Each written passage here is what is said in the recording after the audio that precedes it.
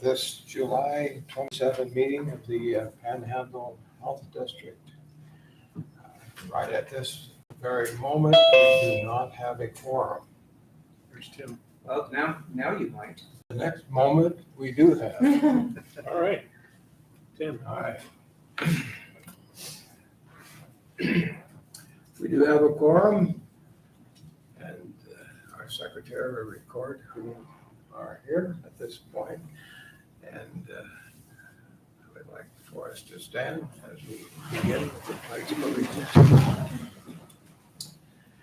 I pledge allegiance to the flag of the United States of America and to the republic for which it stands, one nation, under God, indivisible, with liberty and justice for all. Thank you. You may be seated.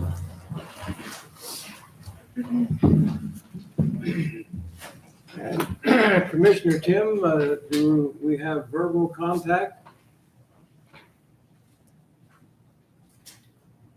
Your lips are moving. Yep. Yeah, I can hear There you. you go. Okay, there we are. Thank you. You are the one who makes it possible for a quorum today.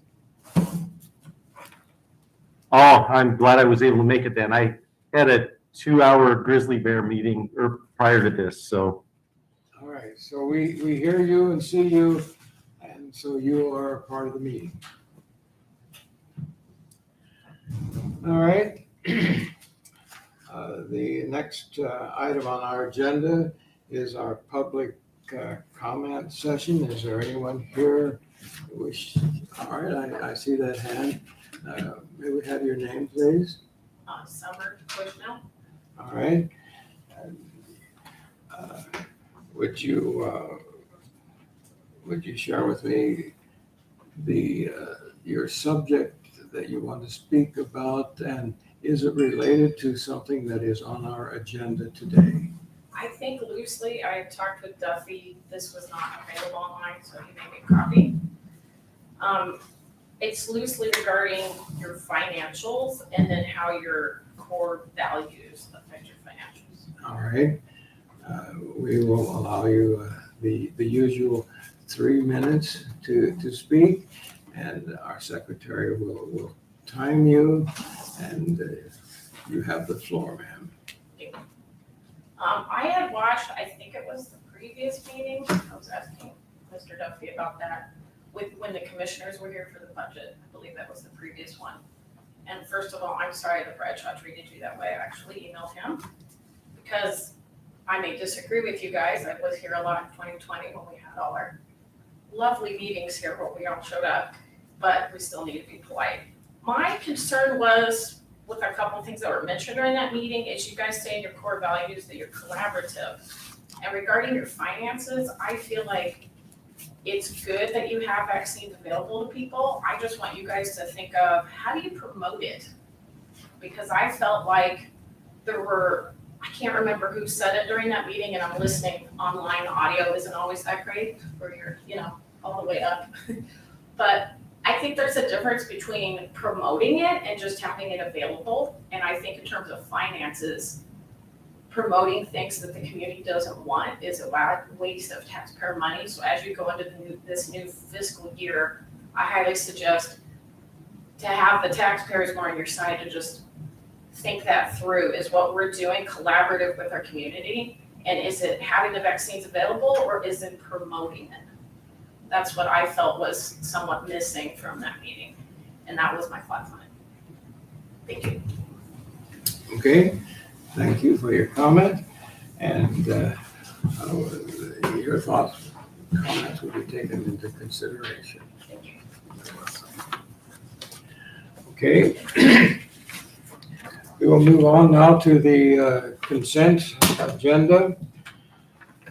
And is there anything now? The first item is the minutes from May 25. Any comments, questions, corrections to the minutes of May 25? If there are, we will pull minutes and hear your comments after we vote on the consent agenda. Any concerns about the minutes? All right. Any questions or concerns about the division reports? Other than, I really appreciate them. Hearing none, move on to the contracts. There are a number of contracts, and in your packet, the contracts are listed.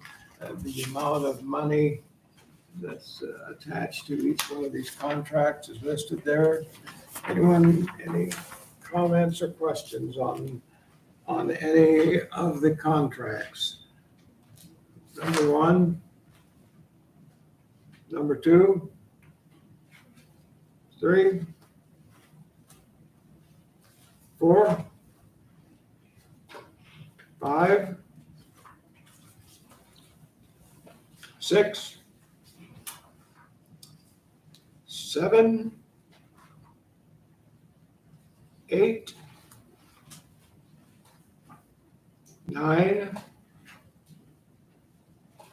10. I have heard no call for any of the items to be pulled for further consideration. Therefore, I am ready to receive a motion to adopt the consent agenda as presented in your packet. Mr. Chairman, I'd make a motion that we accept the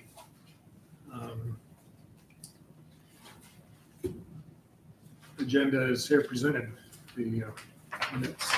All right, is there a second? I'll second. Did I hear a second? Yep. Tim? Oh, Tim, oh, yes. I don't want to forget you're there, Tim. Thank you. Okay, any other discussion then on this motion? You've had the opportunity to pull any item from the consent agenda for further question or discussion, but hearing none, all in favor of approving the consent agenda as you have it, say aye. Aye. And Aye. opposed, no. And you have approved the consent agenda. This is that time of year, every July meeting, the election of officers, there's the chairman, the vice chairman, and the trustee. Normally, the vice chairman is the trustee. The vice chairman can still be the trustee, or the trustee could be a third person if you so choose. Right now, I serve as chairman. Glenn Bailey serves as vice chairman and the trustee to the executive council.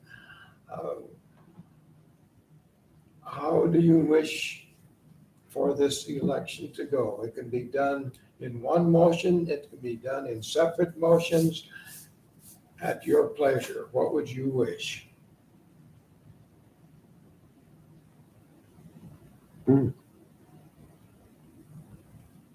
I'd like to do it in one motion. You have the floor. I would nominate Marlo as chairman and Glenn is also as vice chair and trustee to the executive council if they're willing to do it again. I did receive a consent from Glenn that he would. So I think we have an okay on that, Tim. Thank you for your motion. Is there a second?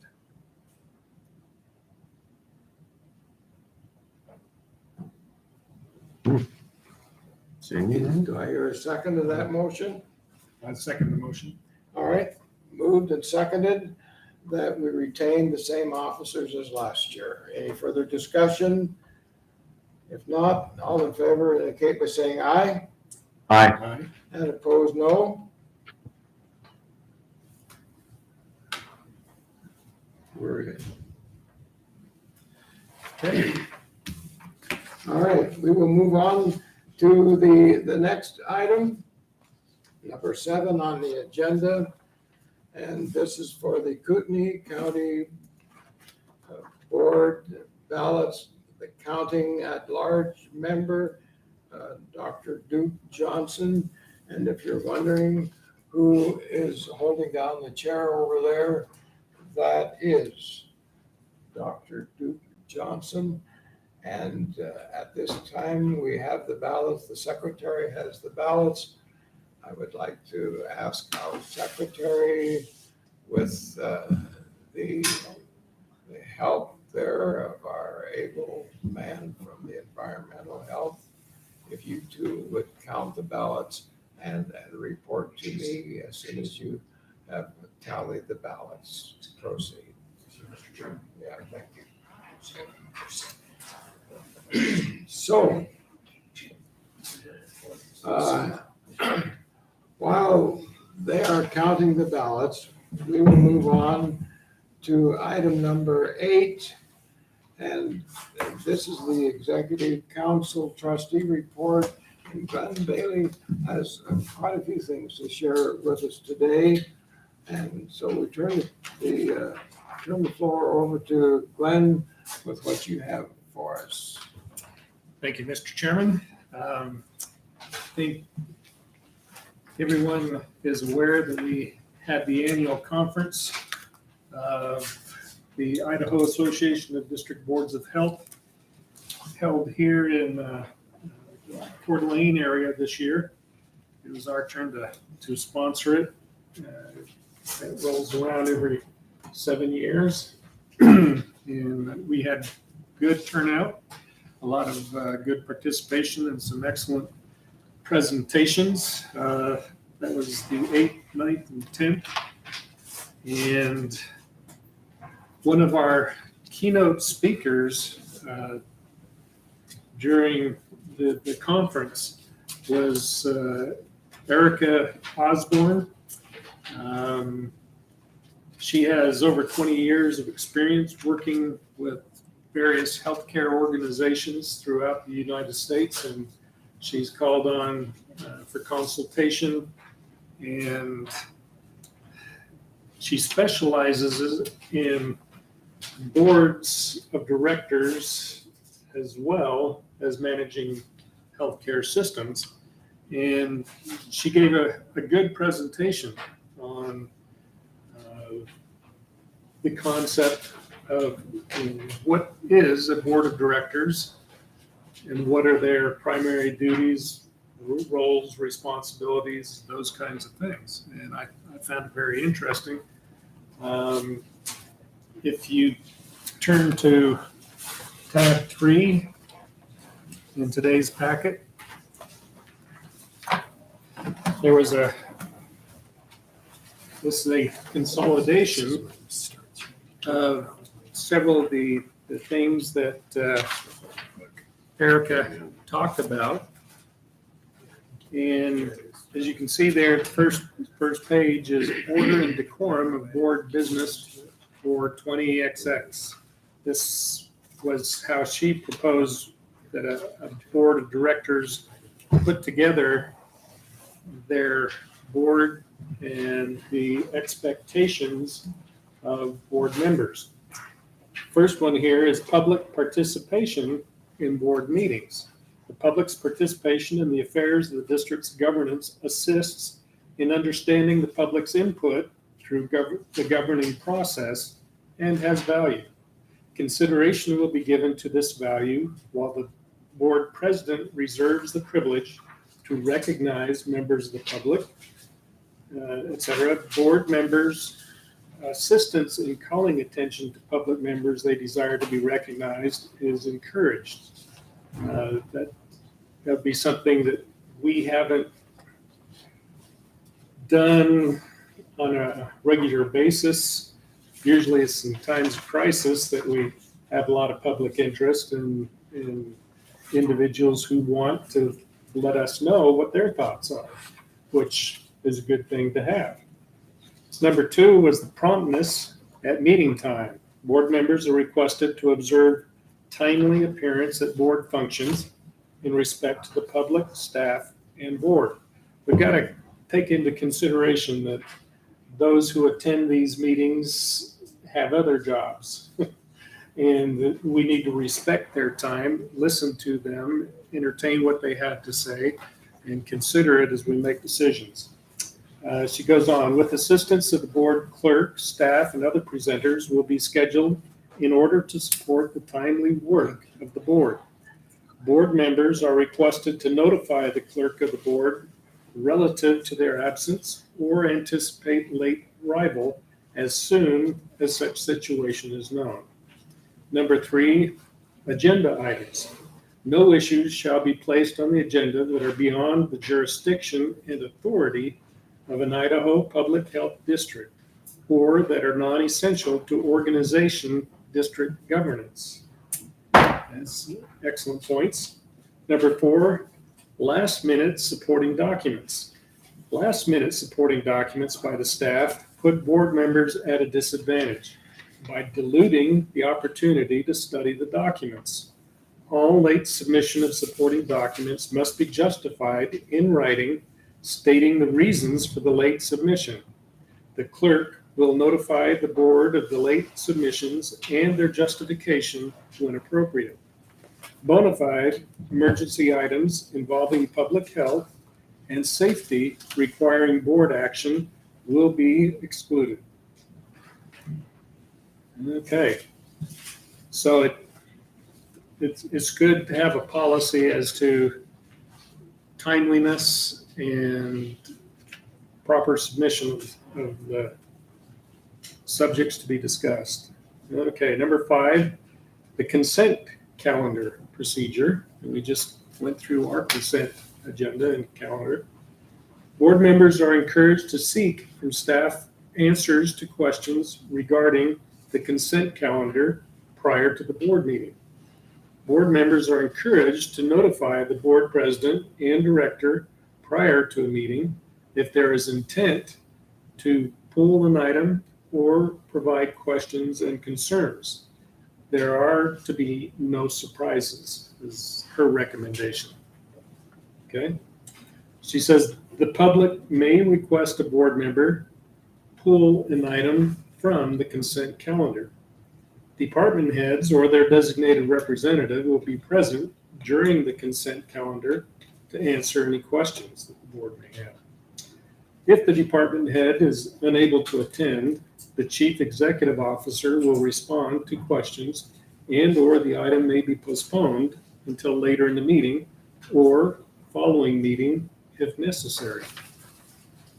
Item number 6, request for input or dialogue. Request by board members during a meeting for the opportunity to speak, for public input, or for additional staff input should be made through the president.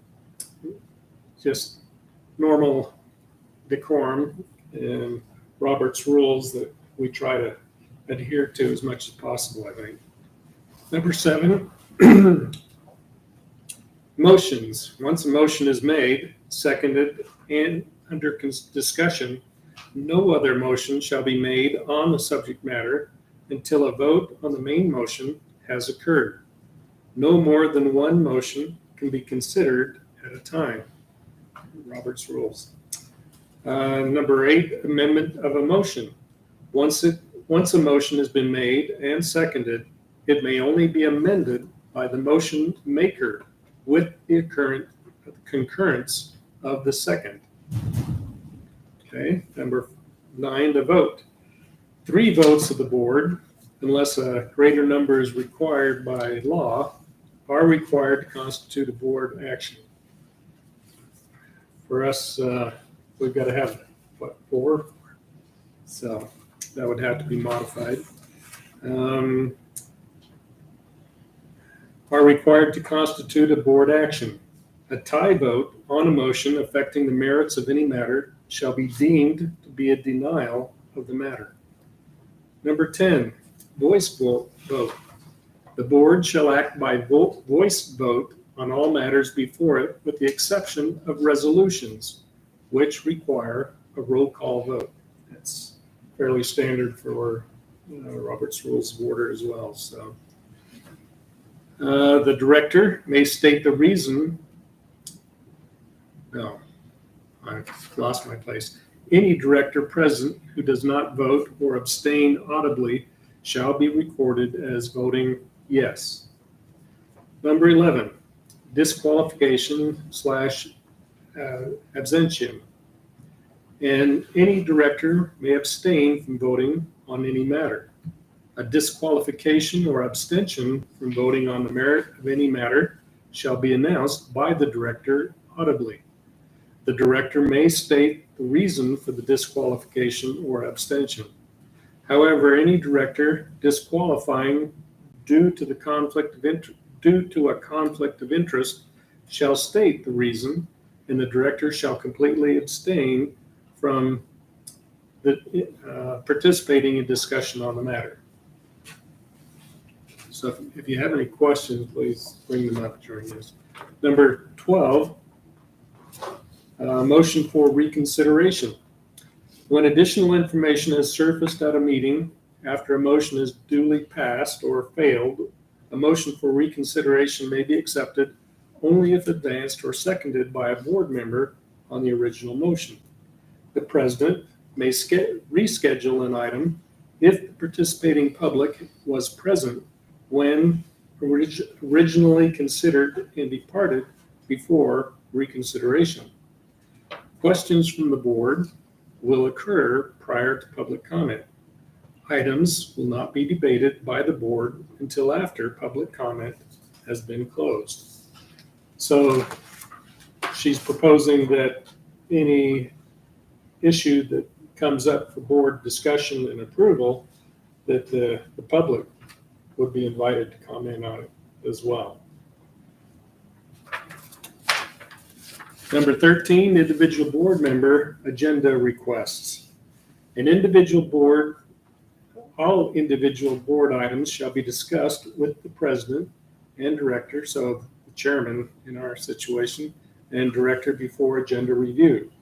All items will be reviewed for completeness. Sufficient supporting documents must be provided in a timely manner so that appropriate staff may become involved. Items must meet scheduling requirements. No more than 2 items per board member will be considered at a board meeting. So it's limiting the number of items that a board member could place on the agenda. Number 14, closed session. Documentation for closed sessions will be provided on the board portal for 2 days prior to the session. Once the session has been completed, all documentation will be removed from the portal, I guess for confidentiality, etc. That's the purpose of that. Hard copy documentation will be available during the actual closed session. As I recall, the only reason we've gone into a closed meeting has been consideration of the director and the director's review and performance and those kinds of things. We'd like to discuss that in a closed meeting. Okay, so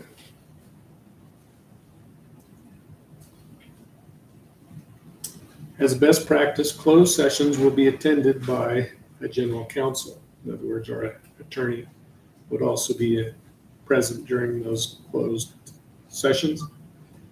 And the normal process is that once we come out of the closed session, then we can state on the agenda for the meeting what our decision was and any elaboration we want to put on that to answer questions.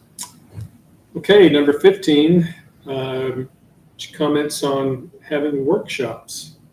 Study sessions in the form of workshops will be held as needed. The goal will be to gain in-depth information, edification of the public, and to allow the board a clear understanding of the complex issues of healthcare in district government.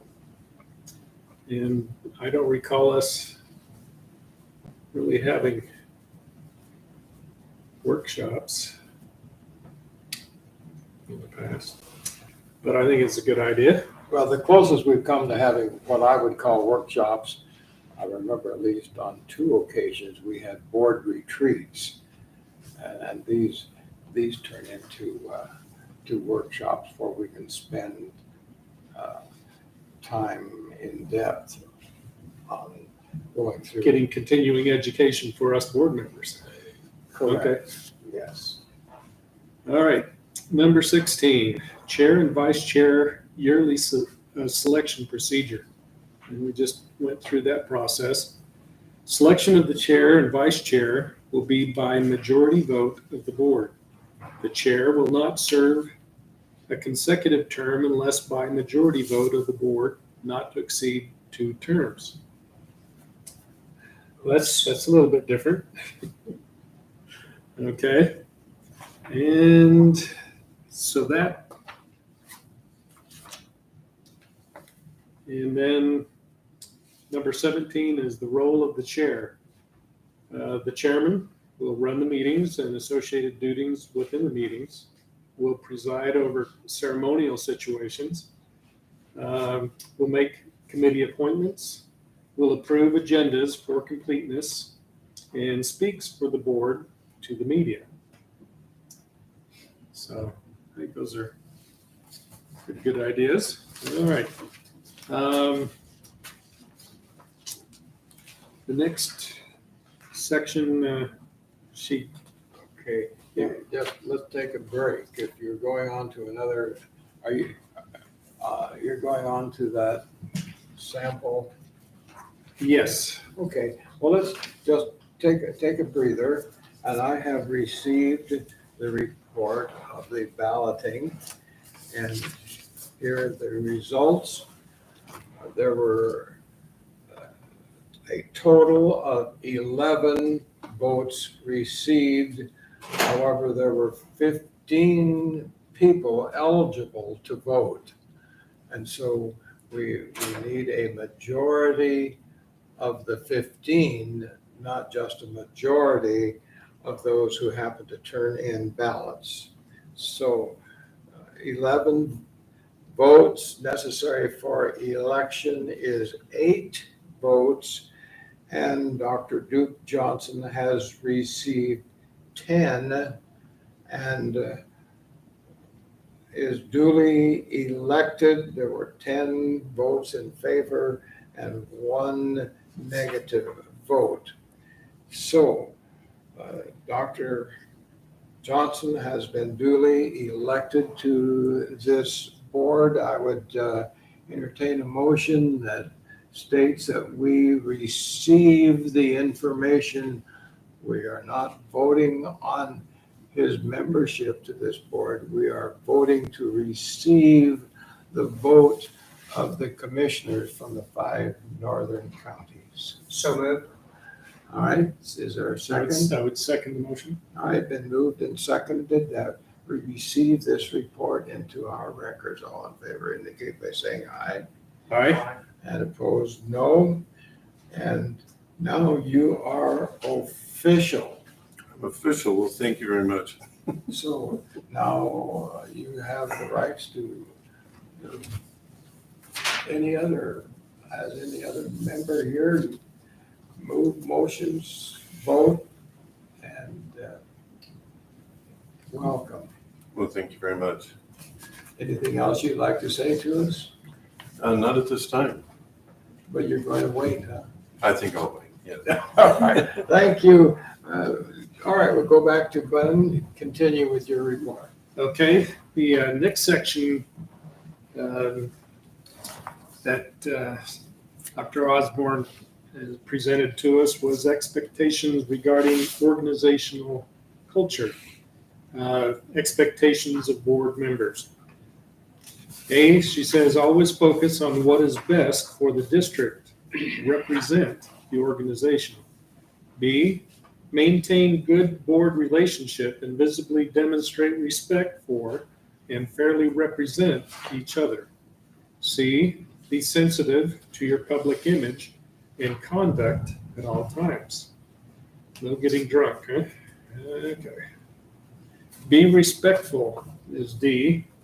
Open, candid, honest and fair. Explain your perspective, rationale, and reasoning. Remember that respect for debate, differing opinions, and reasoning mitigates polarization. Number 3, demonstrate that it is fine to disagree, but not to be disagreeable. Don't be inhibiting or limiting.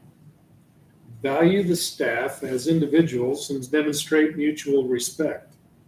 Let staff know of questions you have on the agenda item or staff's recommendations with grace. Do your homework. Be prepared when bringing an item to the board. Be as concise as possible and don't repeat comments made by another director. Recognize that the board is the staff's first priority. Provide clear direction to the staff. Prioritize the level of importance of issues and feel free to go directly to the director or the executive team. Go to the director's office and or executive team and not to a frontline employee on any issue, especially as it relates to committee meeting business. Recognize that discussions with staff are welcome, but do not constitute policy direction, which only comes from the full board. Recognize the sensitivity of personal matters. Direct all personnel concerns or complaints to the director's office and do not publicly discuss them. And the last one here is no surprises. Keep each other informed with each other or staff. The expectations of staff. Provide good services and show respect to the public.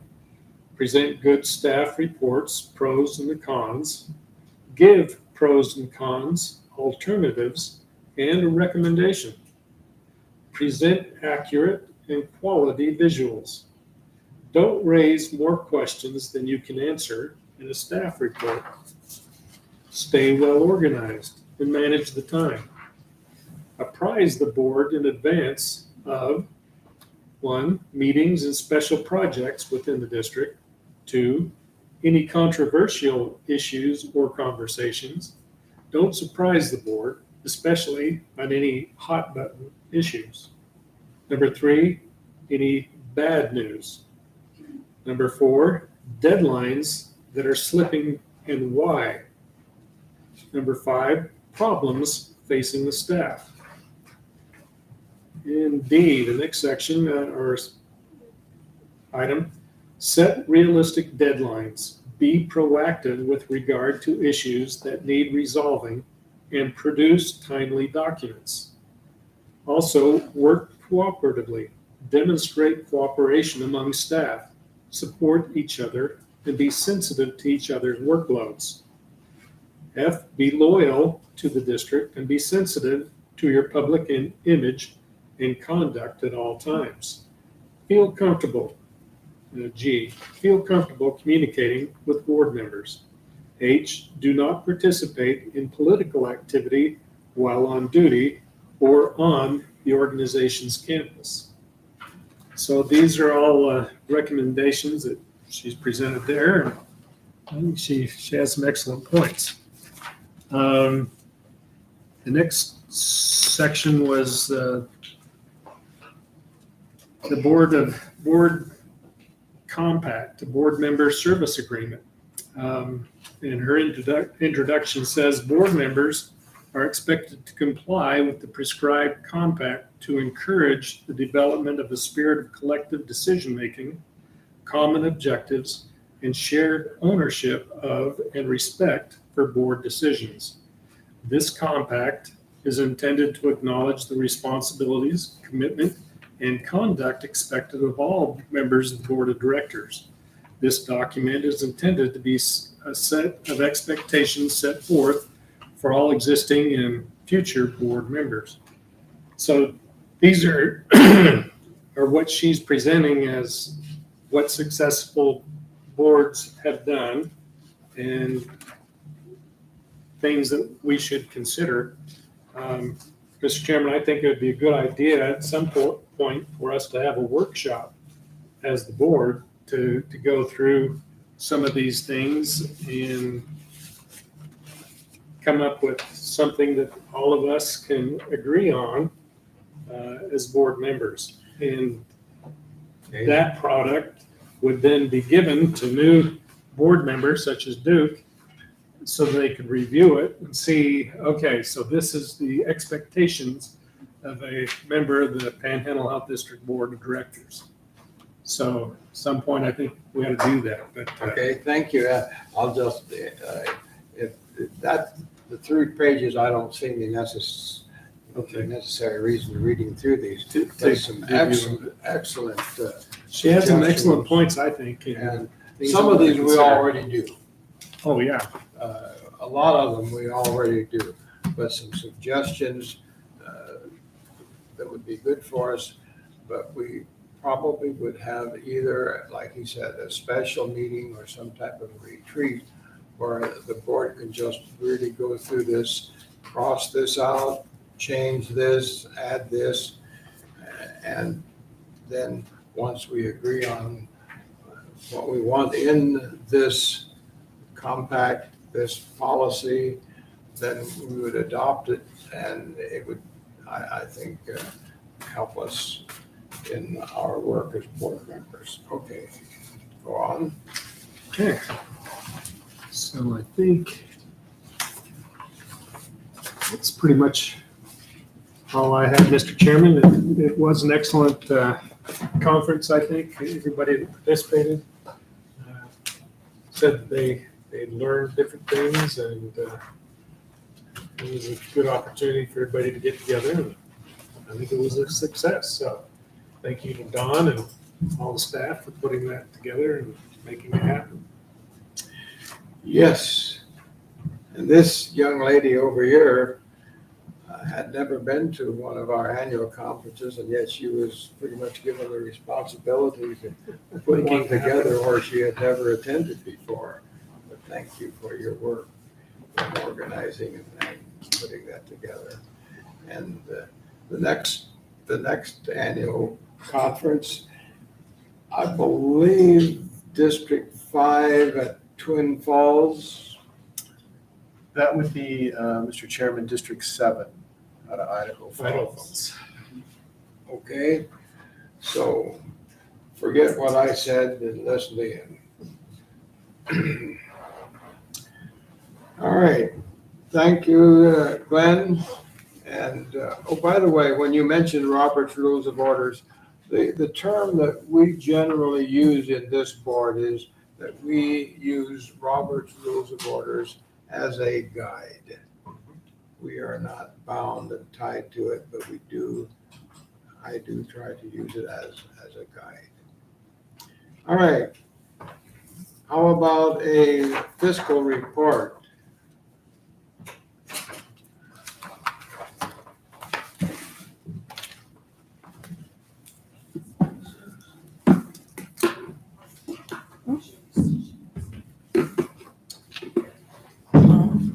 I may need help. Yeah? Thank you.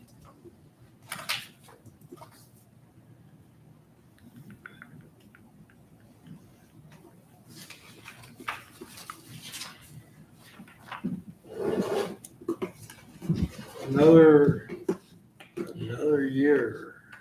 Another year is behind us. It It- went quickly, They all do. and this one seems to be going quicker. We're already at the end of the first month. So we are reporting for the 12-month period ending June 30th. We run on a fiscal year, July 1 through June 30th. And our ending cash balance as of June 30th was $5,445,000, which left us 5.41 months in reserves. Once we back out board committed funds are those funds that the board has committed to set aside for items such as the 27th pay period that will be coming up in a couple of years, building maintenance, anticipated building maintenance, potentially vehicles, anticipated future expenses where money has been set aside. Program restricted funds, we back that out. Currently, that is a balance of 1.3 million. Program restricted funds are funds that have been received by the district that are dedicated for a specific use, so they need to be backed out. It brings us to a total committed funds and restricted funds of 2 million. Once that is taken into account, that leaves us 3.37 months in reserves. Any questions on the cash history? Yes, ma'am. Are you comfortable with the 3.37? Right now, I am comfortable with 3.37. I anticipate in our next board meeting that we will have our annual conversation as to what we might want to move into board committed funds. But I'd like to see what that balance is. In particular, right now that I want to be monitoring is we just converted to Luma, the new software system. So I don't want to be pulling any funds across yet until our cash flow is stabilized. And you will see our ending balance here as of June 30th was 732,000, which was in our operating account. Before fiscal year end, I moved more money into our operating account to ensure that we would have access to operating funds, not certain how smoothly our conversion would be. We're currently invoicing for June. We're at the end of July. We're not certain how the invoicing process will be for July. And also, our major funder is DHW. So we're not certain yet how quickly they will be able to pay the July invoices. Again, the reason for the additional funding in the operating account. And to go back to your question, I want to monitor our cash balance before we move anything into board committed funds for our prior year, fiscal year 23. Thank you. Mr. Chairman, question? Yes. Christine, you mentioned Luma. Is that a software budget or money management program, or what is Luma? It's a new system that the state has implemented. They've been working on it for the last 3-4 years. It got somewhat sidelined due to COVID, and they finally went live. And it's an overall system, EPR system, which allows you to have the human resource component in it, purchasing in it, accounting in it, and it's live. So any of our program people, if fiscal processes a transaction, they could go right in and be able to see that adjustment to their programs. Can they update it or modify it at all? No, or are they they just can't. monitoring it? There's roles, and employees have been given roles. Permissions, Okay. yes. Okay. So they can only go in and view anything that's fiscal related, HR related, basically anything in the system. It's view only for most of those individuals. Well, that's a great idea that everything's above board and available for everybody to see what's going on, but as long as they can't manipulate it. Correct. Okay. And it's all electronic. What we need to remember is STARS is 30, 40 years old. So we didn't make gradual conversions to, new technology. We went from 70s, 80s to 2023. Major change. And what it is allowing us and what we're hoping for is greater efficiencies, because a program person can initiate a request for a purchase, and it goes through a process, an approval process to their supervisor based on a, exactly. And then the buy can be made and it's posted, that transaction is immediately, real time, posted in the system. Cool. So when did it go into effect? July 1. The new year? July 1. And it does have some issues that the state is working on. So back to the cash, I'd like to wait until we get to September before we move any funds into board committed funds. Okay, I'd like to call on Dr. Johnson. Thank you. I noticed that a substantial amount obviously is in the investment accounts, the JEPA. Can you describe that more? And So the JEPA would be through the state treasurer's office. By statute, we use the state treasurer's office, and our accounting flows also through the state controller's office. So that would be any excess funds that we are not keeping in our operating account. They manage all of the investments. It's relatively conservative, but has a reasonable rate of return on it. Any other questions, Mr. Chairman? Mr. Chairman, that does bring up a question. So those funds could be used to build another building in one of our counties as far as the health district?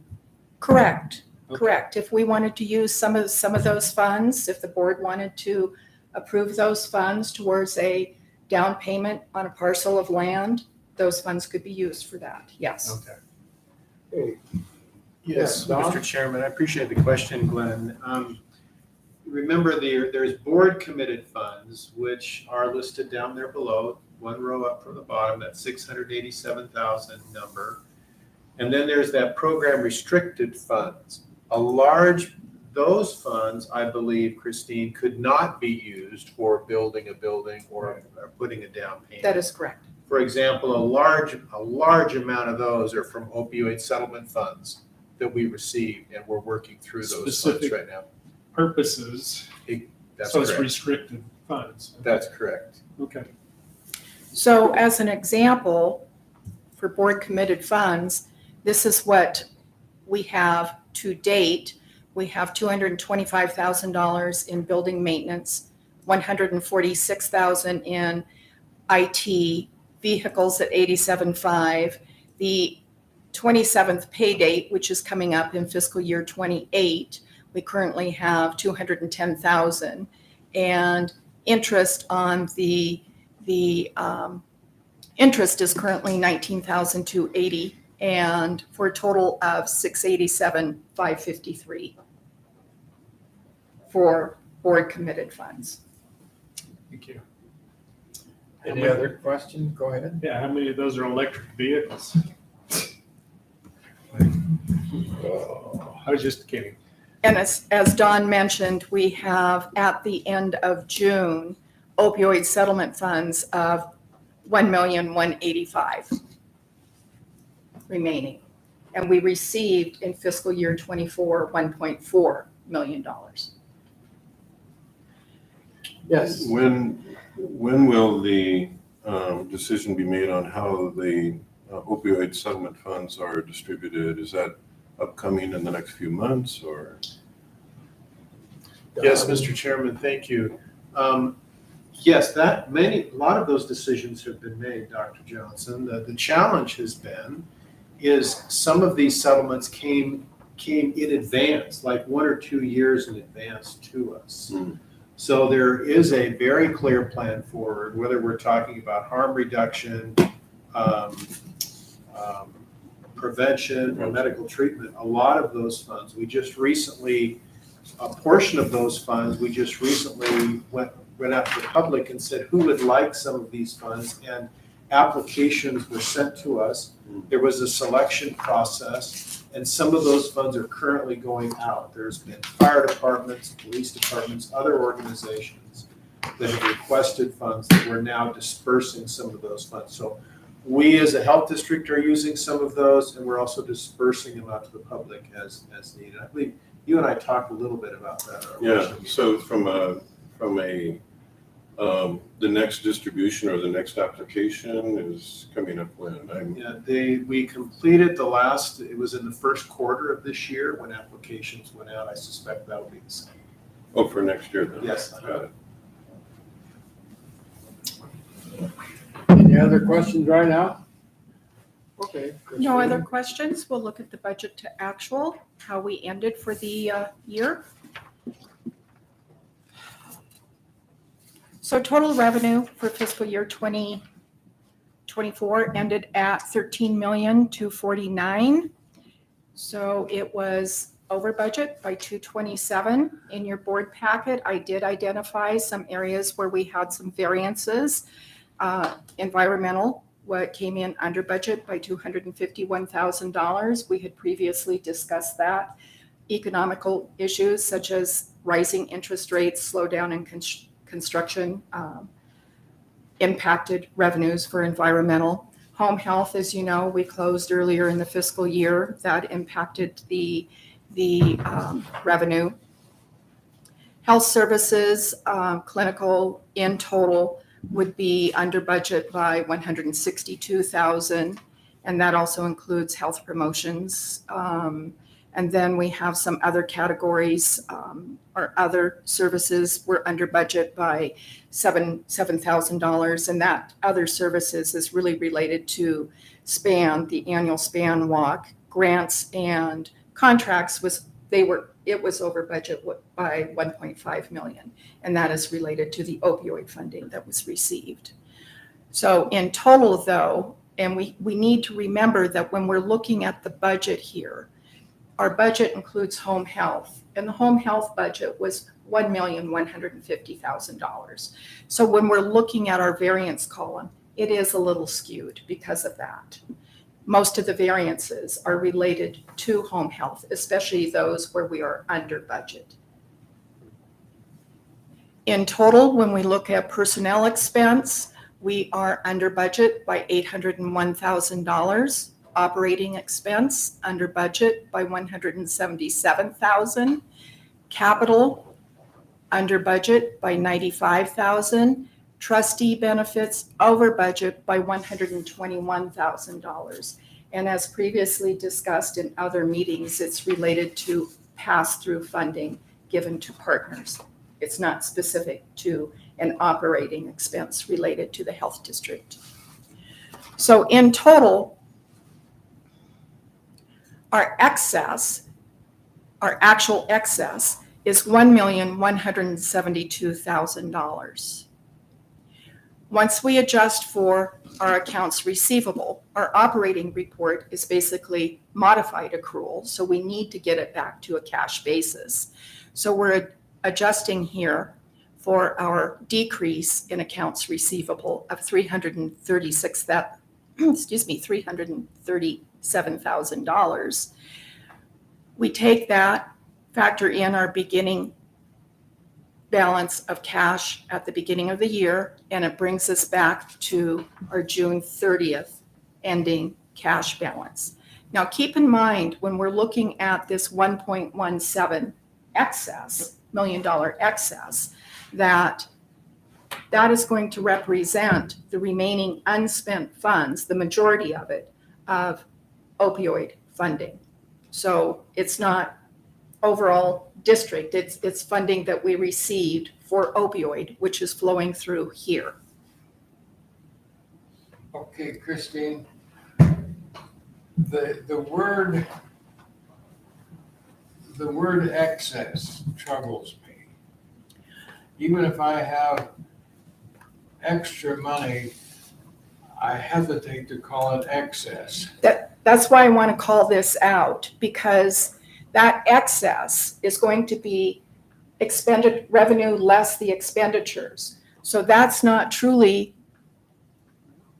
an excess of revenue generated. We have included in here restricted funds. 1.1 of that is the opioid funding. And there's 20,000 also related to a grant received for senior companion. and then a small $2,000 amount. That doesn't make up all of our restricted funds, but it's restricted funds that were received in fiscal year 23 that's currently included in that revenue amount up above. So we need to call that out and recognize that it truly isn't an excess of revenues generated less expenditures. Does that make sense? Sure. It's not net profit. It's not real net Yeah, profit. Don? Yeah, I think I might say that in another way, and that is that money is already that excess is already accounted for. There are programs that we will already have in place where we must use that money for those programs. This is not an extra excess that we can use to go out and buy a new building or buy extra cars. That money is already spoken for, if you will. I felt that somewhere that had to be a part of the answer. And some of that excess has been budgeted in fiscal year 24 programs. So in conclusion, I really don't have a conclusion point. Excess of $1.1 million, it brings us back to our cash balance of $5.4 million for the end of the year. And in September, hopefully, when we have our next board meeting, we can discuss what we might want to move into board committed funds.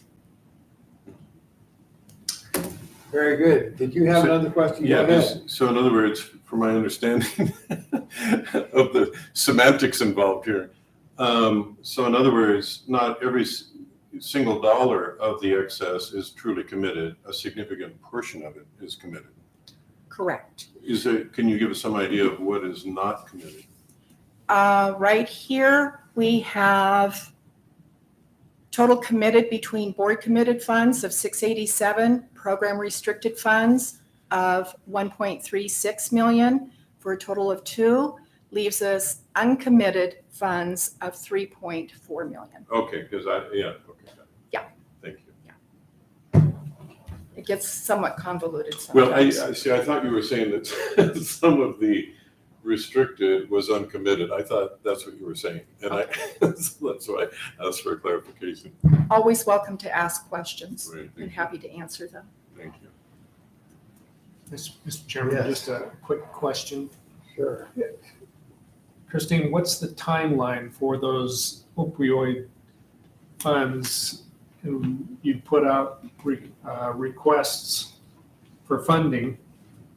What's the timeline on funding those requests or approving those requests and then giving them the funds? I will defer that to Mr. Duffy. Mr. Chairman, if I may. Sure. Yeah, so as we mentioned earlier, those applications, we went out to the public in the first quarter of this year to several different organizations in all 5 counties, including in Bonner County. And those applications came back to us. We are just now, within the last few weeks, we are now beginning to disperse some of those funds out. It's not all of our opioid settlement funds, just a percentage of that. So that disbursement is taking place right now, just within these months of June and July. Do those include rehab programs or?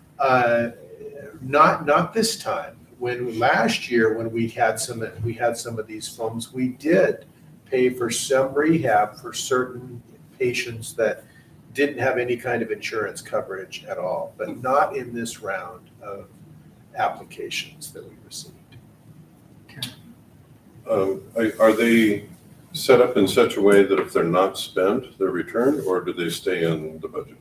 Most of, if not all of them, are on a cost reimbursement situation. So we're not just sending them a check. They expense an item, they send us their invoices, and then we reimburse them. So they really have to use those funds to get reimbursed. Well, what I meant was from those funds that were received to Panhandle Health, I mean, are those, do those need to be spent? And if they're not spent, because many government programs are that way. If you don't spend it, you return it. Is that this? No, they will not be returned. Okay. As it stands today, those funds will not be returned. But you're absolutely right. There are some funds that if we don't spend them by year end, they can go back. And those few that happen are those that usually come through the state of Idaho. Now, is it set in stone that the next distribution will be, because we had talked before about funds that I'm interested in for Kootenai County. Is it set in stone that we have to wait until January, or is that still open? I think that's very much still open for discussion, depending upon what is being requested. We budget annually to use these funds, and we give a percentage of that, as I mentioned, for the public to use. Mhm. So I have to be sensitive of that budget that we've created as well. Okay. So when and how are those decisions made? Like next meeting or? Well, those decisions have been made. If we wanted to make a change, we would need to bring that up to our substance use disorder team to see if they would like to revisit that. Okay, And I'd be happy to have that discussion with you offline. okay, that'd be great. I'd be very interested, just because I'm very big in prevention, so that's. And I might also add, Mr. Chairman, that the Kootenai County also received a large settlement fund as well. I don't know where they are with their funds. Bonner County Commissioners chose to allocate their funds to the health district for us to manage things for them. And, but Kootenai had other reasons, I suppose, that they wanted to use those funds. So, but that's another option of money as well. You can see why that's a little bit confusing as to who has it, where it's being distributed, et cetera, et cetera. So that's why I asked those questions. Thank you. Thank you. And I think I could tie into that, correct me, Christine, if I'm wrong, that this board is not going to sit here and tell Dawn how to spend every dime. We approve the budget Mm-hmm, mm-hmm. in a large scale. And from then on, our division directors do things that we trust them to do it well. Sure, sure. No, I'm just trying to understand procedure is all I'm trying to do.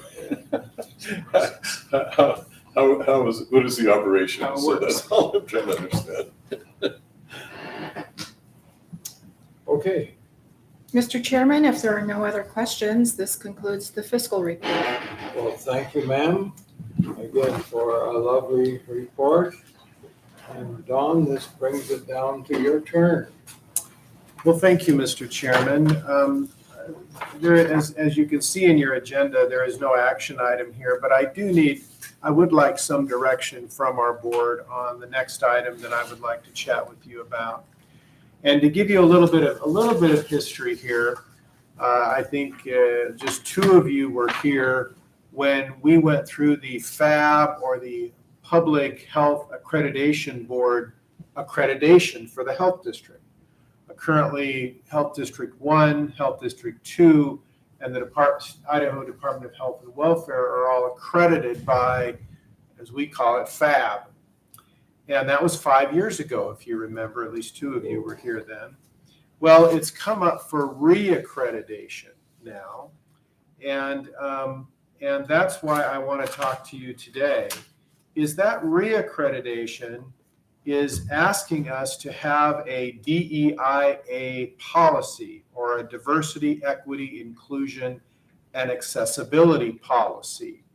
I'm well aware of the controversy throughout the country on any DEIA policy. And so the new reaccreditation process, as I mentioned, is asking us to have one. We also have within our Senior Companion, which is another federally funded program, critical for our shut-ins at this point. They also are asking us to have a DEIA policy. I suspect, whether I like it or not, that will continue for other government-funded policies. So our public information officer, Catherine Hoyer, drafted a policy that is in your manual here today. And as you can see here, we have been careful on this I'll just say we've been very careful on this policy.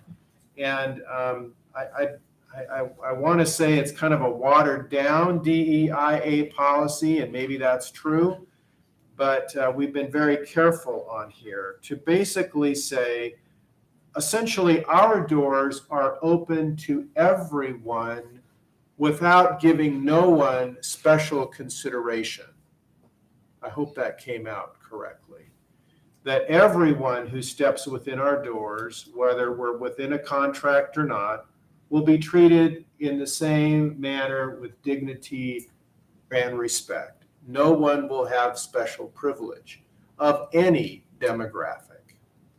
That is my opinion as a health district director. Although every demographic will be treated with respect and kindness, and all have healthcare needs that we must address. So I'm here to ask you your opinion on this policy that you have before you. If in fact you are accepting of this policy, then it will come as an action item at our September 21st board meeting. But I felt the need to discuss this with you in light of the controversy that this kind of a policy might present. So, Mr. Chairman, I'm just looking for any discussion on this in today's meeting. Okay, and you're saying that just districts 1 and 2 belong to FAB at this point? That's correct, and also the Department of Health Idaho State Department of Health and Welfare. Okay, so then I would ask, do you know why the other health districts are not a part of that? What do they find that they feel that it isn't necessary or important for them to belong? Well, Mr. Chairman, that is an excellent question, not one that I've posed to the other health districts at this time. I will say I'm in favor of accreditation for what it could bring in the future, in the sense that I have concerns that certain contracts will not be awarded without accreditation. That has not happened yet. I will say that there's 337, I believe, health districts around the country that are accredited. But at this point, Mr. Chairman, I cannot answer that question. Cost-wise, is that an issue? It could be. To be accredited for our reaccreditation, it's $8,500.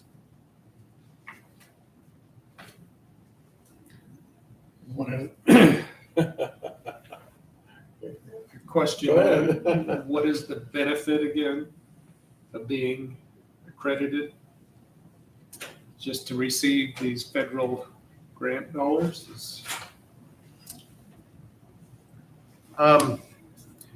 I have asked, Mr. Chairman, I've asked Catherine Hoyer to give us a brief description of accreditation, since she is pushing it. She's responsible for this reaccreditation. So if we could give Catherine a few minutes to go over that for us, that would be. Catherine, you have the floor. Okay, I did print these out if you want to pass one to each board member. That just describes the value and the impact of being FAB accredited. I won't read through the entire thing, so you all can take your time to look at it. It's about a 20-page document, so. But just to give you a background on what FAB is, which it's the Public Health Accreditation Board, and they are the sole national accrediting board for public health in the U.S. So they accredit public health departments to strengthen public health infrastructure, and they ensure that health departments are continually improving.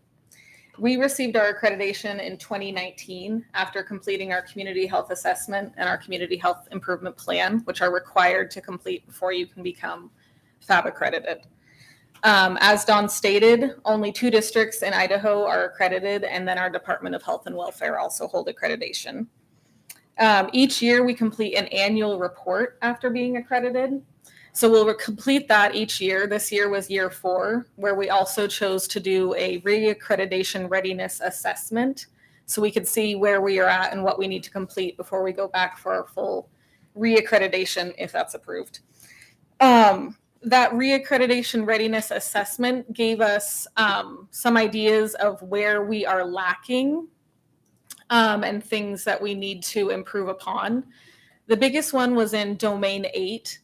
And I will note, so why this DEIA stuff is coming up now is the standards and the measures that we were accredited with in 2019, those have changed and they made new standards and measures as of 2022. So domain 8 includes standards that were not included in 2019. But I just want you to see here where they want us to consider diversity, equity, and inclusion in recruitment and hiring efforts. Right here. Findings from an equity assessment that considered staff competence in the areas of cultural humility, diversity, or inclusion. And then I think we have one more down here, inclusive culture, as far as comprehensive policies or set of policies that demonstrate a supportive work environment. So those are the areas where we weren't sure if we have that information to provide to FAB in order to be reaccredited, and it is a requirement. Like Don stated, it was also included in the Senior Companions Federal Grant that we state how we are meeting this deliverable. Also, the Workforce Development Grant that we received in May, they also noted that we are FAB accredited, so we feel like grants, especially federal funds through the CDC, might be moving in this direction as well. And then I gave you your handout. So if you have any questions, I'm here too. But still, it comes back to one of the same questions. Just because we have that little insignia on our letterhead, and people say, well, they're accredited. But how many people or organizations who would say we are accredited would know how that is significant to them? Good question. Would you like me to try to answer that as best as I can? So I think it's less of an external stamp of approval. I bet some other healthcare providers might understand it, but you're correct. The public in general does not understand what a FAB accreditation means or how that benefits them as a client of ours. But internally, oh, sorry, go ahead. Did you have a? Well, my question for Catherine is, how do they define diversity? How do they define equity? How do they define inclusion? Mm-hmm. In your hiring efforts? I mean, you put out to different organizations, which is one of their requirements. Mm-hmm. You go out and you advertise it to everyone. If you meet these qualifications, Mm-hmm. then we would like to hire you despite your race, your ethnicity, your inclusive, whatever. You know, that I see the federal government trying to manipulate and control the population. I like what you have put together, as Don's statement there, trying to meet their requirements.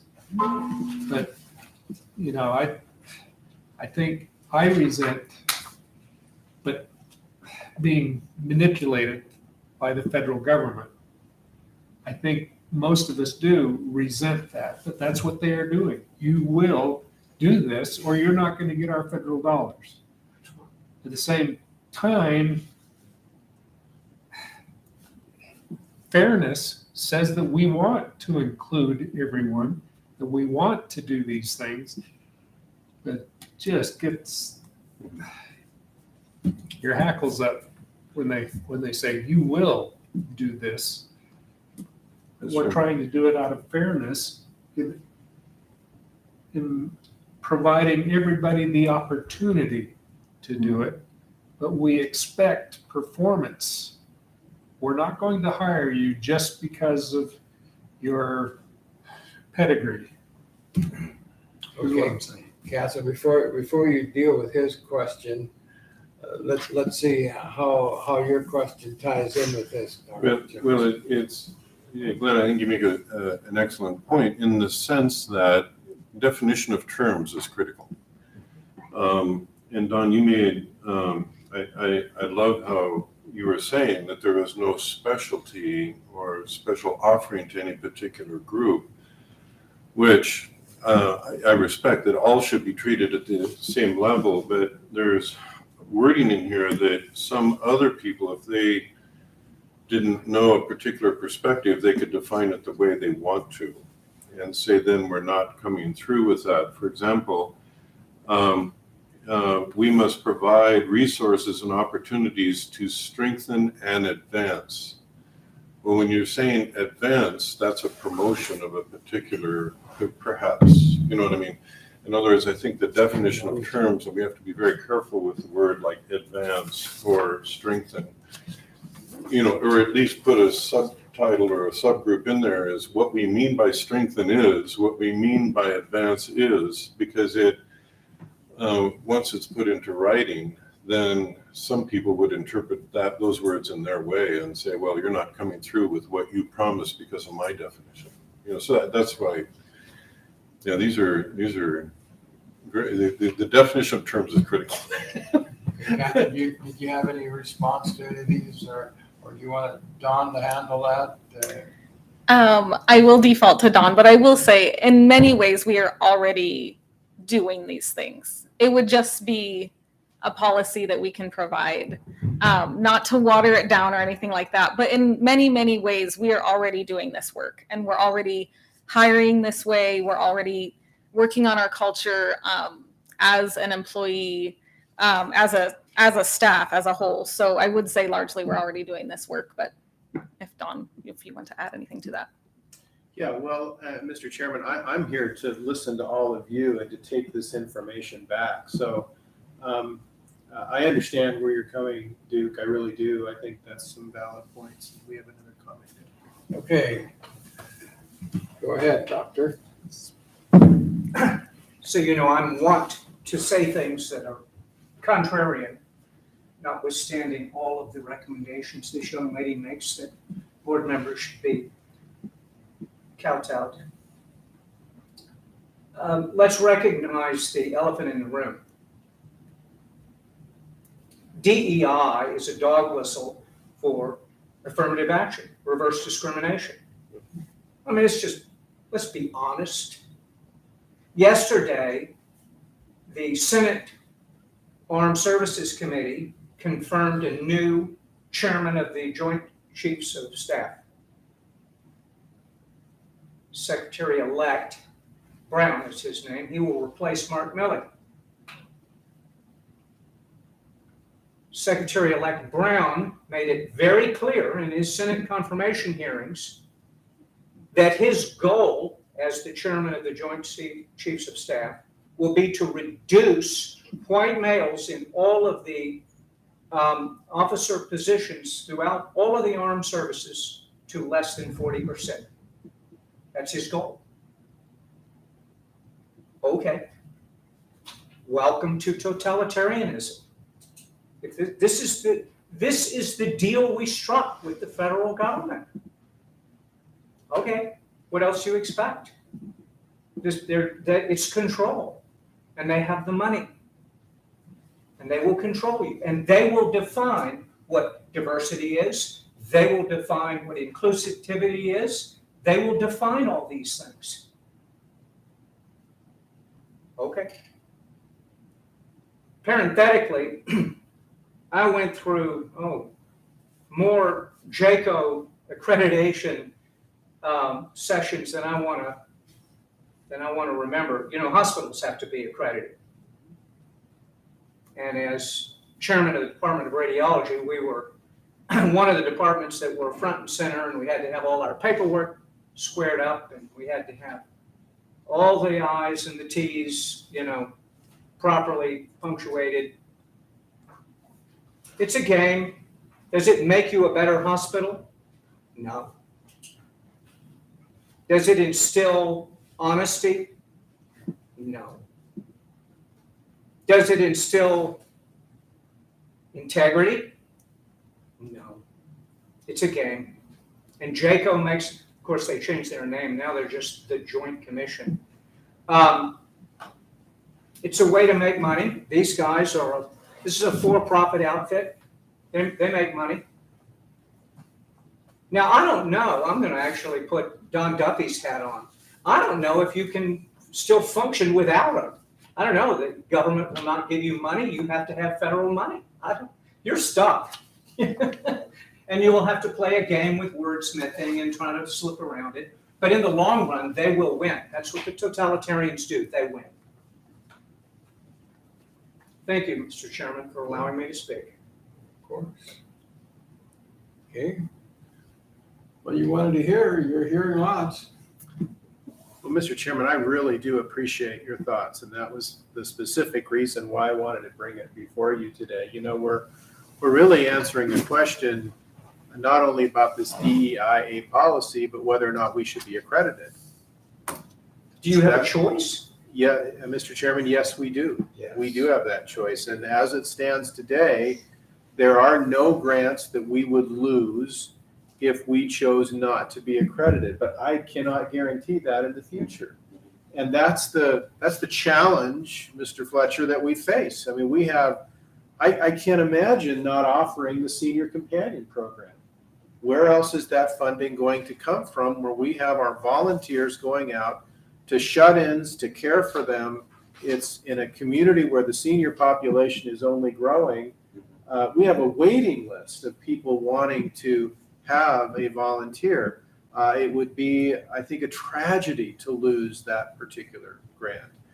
That's not tied specifically at all to accreditation. But because we don't have this policy, there's that risk that we face. And I don't think in the future, not today, but in the future, I have concerns about this. I mean, could we pass on our accreditation this year, and then if it became an issue, go back to that? I just remember 5 years ago becoming accredited on the outset was a tremendous undertaking. This is more expensive than just the fee we pay. There's the resources of time of our staff to put these documents, as you did with JACO. There's that time that's involved with that as well. I will say one thing that the accreditation does do for us is it gives us very, very good structure in putting together our strategic plan every year. It ties very nicely into our CHA, our community health assessment, and our community health improvement plan, which is critical for us to know what the public really is looking for in terms of services for the health district. So, Mr. Chairman, that's kind of my thoughts on that. Okay.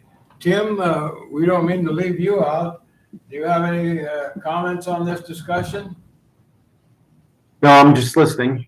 As far as the hiring practices, you hire the best individual for that position and go from there. That's the way I look at it. But no, good discussion. Okay, this is a discussion item only. No action here today. Is there anything that's really hot on your mind that you want included in this discussion before we move on? Yes. Mr. Chairman, so I remember Hospital Corporation of America, HCA, came up with a clever strategy to deal with JACO. They created their own accreditation entity. Of course, when you're the largest hospital system in America, you can move mountains. Are there other competing accrediting entities? Mr. Chairman, no, there are not. Well, can you and a bunch of rabble-rousers create your own? If I may make another comment, Don, I really respect your concern about funding, of course. Yet at the same time, I'm not sure that it's maybe wisest to make decisions based on fear either. If there's no funds that we would be losing out on now, then I'm not sure that we should keep going down a pathway based on fear, but just based on the reality, perhaps. That might be the best approach. And then we just address it at that time. See, a few of you will remember when we went into this, this was a big push on our director at that time. Laura worked a long time and hard. I can't remember all of her very strong talking points, but that's how we got into it. Glenn? No, I agree. We shouldn't make decisions out of fear of what could happen. Just make the right decision. Yeah, well, fortunately, we don't have to make one today. I like the policy statement. So, anything else you want on this discussion? If not, we will move on. Okay, let's see if anybody across the table here, any of you folks would like to join into this conversation? I Yeah, will, Mr. Chairman, and I'm speaking out of turn. Of course, Mr. Duffy and Catherine have a lot more understanding of the FAB accreditation. My background, of course, is in cardiology, so we have AFib accreditation and some other things. The only question that kind of comes to mind for me is what is the difference in reaccrediting versus getting that initial accreditation? Sometimes that initial accreditation can be a very lengthy, time-consuming process, where reaccreditation is sometimes a lot easier to stay accredited. I don't know if that's the case here, but I thought I'd toss it out there for discussion anyways. So Okay. either, Mr. Chairman, sorry, Kate, I think there's no question that the reaccreditation is more efficient than the initial accreditation, that's for sure. And even the costs are different that are associated with that. Okay. Kate might have a comment. Yeah, Catherine, did you continue? Either way, we'll still be doing quite a bit of the work because we're still going to be completing a community health assessment and a community health improvement plan, which are large projects, which we contracted with Crescendo this year. So a large portion of the work, either way we go, is still going to be done. I don't know if that makes a difference, but. But Okay, Mr. Chairman, I will say, even without accreditation, we will continue to do a CHA to CHIP. And that's just critical for us to know what the needs are in our community, rather than us arbitrarily making that decision. And I can give you in a later date, some really good examples of what we're doing on that. If you remember, the last CHA and CHIP came with 3 priorities: substance use disorder, mental health, and access to healthcare. So then we build our strategic plan around those items, rather than just following the money, if you will. Dr. Jameson, I know you haven't gotten in on all of this discussion, but do you have anything you wanted to say? Don't want to leave you out. I would sort of second the significant pause on accreditation. I agree with you. I think this is a money grab, and it is in hospital situations as well. And I'd be even more concerned when there's only one accrediting body, what that's worth. But to Dr. Johnson's point, I think, we're not losing funds at this point. It probably makes sense to sort of deal with what we have now and face the chaos if and when it comes. And I like the DEI statement as well. If that's it for now, I'm sure this is going to come up on the agenda in future meetings. But we'll close this unless someone has the urge to give us some concluding remarks. All right, we'll close on this discussion and move on. Don? You still have the floor. Thank you, Mr. Chairman, and thank you again for that robust discussion. Very helpful. On another note, we have our annual suicide prevention walk. I'm just letting you know that that's coming up again on September 9th.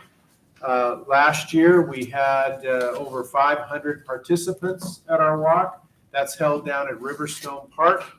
Last year, the proceeds that we earned from that, to a total of $10,000, we sent to the Veterans Outreach Center in St. Mary's. And I am absolutely convinced that we prevented suicides in that community because of that outreach center.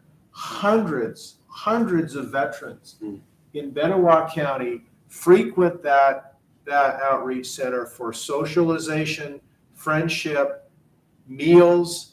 That a great man by the name of Hank Thornton runs that up there. All volunteer his time. And he reaches out to the veterans and bring them in there to discuss some of the challenges that they're facing. And so we hope to do the same this year. We'll have a different, someone else that we help to fund that relates to suicide prevention. And again, it's not just suicide prevention, it's also loss support.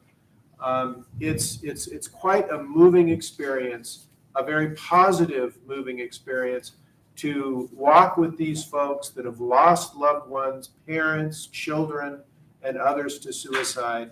And if you're available, we'd love to have you come and attend us. This in your packet, this is the poster that we've created. Catherine Hoyer helped us a great deal with this. I love the adage here, let's walk about it. And you're welcome to join us. I've got more of these posters.